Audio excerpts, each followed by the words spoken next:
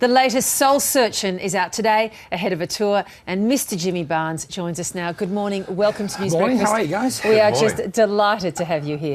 Nice to be here. It's fantastic. Were you up all night before you came into this interview? Those days have gone. They've gone? They've gone, yeah. Otherwise, my living would be asking for a transfer. You can't handle the pace. No, I turned 60 recently. Congratulations. So, no. Yeah, so I figure, the last, 20 or 30 years of my life, I might actually work really hard and stay sober and do good work. Because you got away with it all. I got away. I don't know how I got away with it all. I went hard for a long time. You did. But you know what? We had a good time making music, so I just figure if I've got to keep up the grandkids, got to keep up making music till I drop. I want to stay as healthy and as long as I can. You've been making music, in particular soul, for the best part of the last 30 years or so. This album out today is the fourth in a series of soul albums. Yeah. The first one was 25 years ago. Actually. Yeah. Soul Deep, it went absolutely crazy. Yeah, it did. It was unbelievable. I made that for fun because I was, we had like Christmas off and my band with me. We just made it for something to do, and it ended up being one of the biggest selling records in Australian history. So it was incredible. Shows you how much people connect with these great soul songs, And clearly how you connect with them. Look, there isn't a singer worth their salt who has some longevity who doesn't have a deep connection to the Memphis sound, to the Nashville sound, to the great tradition of American songwriting. What is it that gets to you? Well, I just grew up listening to those singers. I remember being at home, and my earliest memories of music of my mum listening to Ray Charles. Yeah. My dad was listening to Nat King Cole and things like that, but mum was listening to sort of Ray Charles. My big brother John was in band, so when he came along, I suddenly, where all the other kids are listening to the Archies or whatever, I was hearing Wilson Pickett and Otis Redding, and so these, my Little Richard, people like that. So I was sort of exposed to that music all the way through my childhood, and then when I sort of turned about 12, that's when I joined a band and I got into a rock and roll band. So prior to that, was all black singers. So when I started singing in bands, they were the singers I tried to sort of copy, I guess. Now, you put this album down in Nashville, Tennessee, with a particularly relevant backing band as well, Jimmy. Well, there was a few backing bands, but the one that did a bunch of the songs was a band called the Memphis Boys, and you guys know about them. The Memphis Boys are responsible for playing on, I think, 120 top 5 Billboard hits. They played on everything. The Neil Diamond, Otis Redding, Aretha Franklin, Elvis. Just the list goes. Dusty in Springfield. They're pretty cool cats, aren't they? They're incredible. And the guys actually walked in.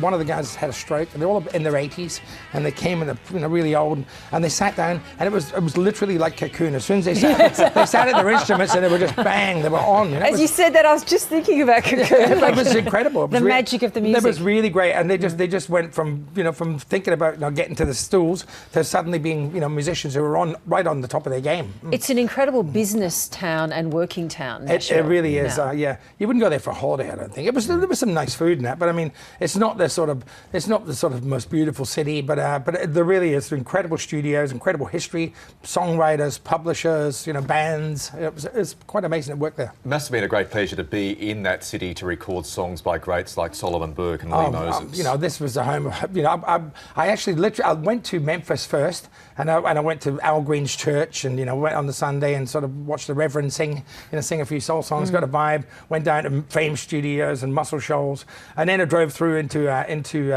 Nashville, and you could feel the history. We were Grand Victor Studios, with a lot of great records have been cut there, beautiful big old wooden studios. So as soon as we got there, we just had everything had that feel about it. So it made it really sort of great for making this record. Before you came on, Michael and I were talking about that mercurial quality that is a really great rock and roll voice. So hard to write down, but when you hear it. And of course, you've always had it.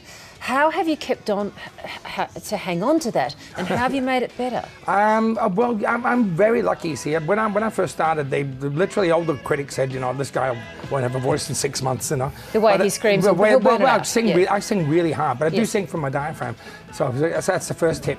Second thing is, many years after singing like this and the voice didn't go away, I was at a throat specialist I had a head cold or something, and I had to, for insurance, they put a camera down my throat, and they told me that I'm one of a half a dozen singers they know worldwide who I don't use my main vocal cords when I sing. I use my secondary false cords. So when I speak, I use my vocal cords, and I use the other cords around them when I sing. The secondary cords don't get nodules, they don't get battered, they don't stretch. Amazing. So somehow through self-preservation, I've taught myself how to sing like that, which means, it's like, I've been to shows where I can't speak, but I can sing. It's Jimmy, incredible. can I say a nation is eternally grateful for that. My wife would beg to differ. Stop screaming at me.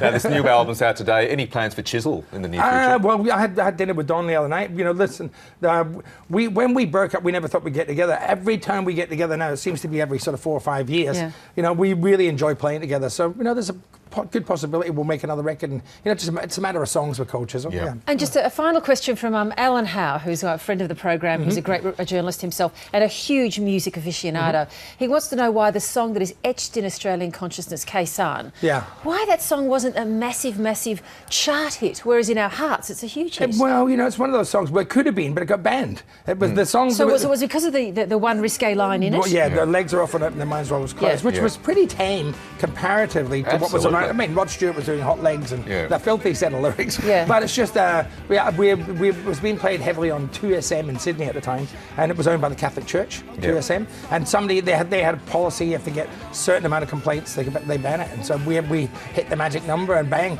But in retrospect, it was the best thing they could have done for a rock. You ban a rock and roll band, people love it. But you've had the last laugh. Yeah, but it is a great set of lyrics, and I really like singing the song because it's still relevant today. You know, we're still doing the same sorts of things. And it's the unofficial national anthem, Jimmy. Yeah, it is. I'm very proud of that. Is there any way we could get you on the program one day to sing that song to us? Absolutely, anytime. Just give us a yell. I'll bring in a guitar. You're down. We've got you down. Fantastic. Pencil me in. That's made my music. We'll hold you to that. Jimmy Barnes, a very special guest. Thank you very much. My pleasure. Thanks no so worries. much, Jimmy. Good luck Thank with you. it.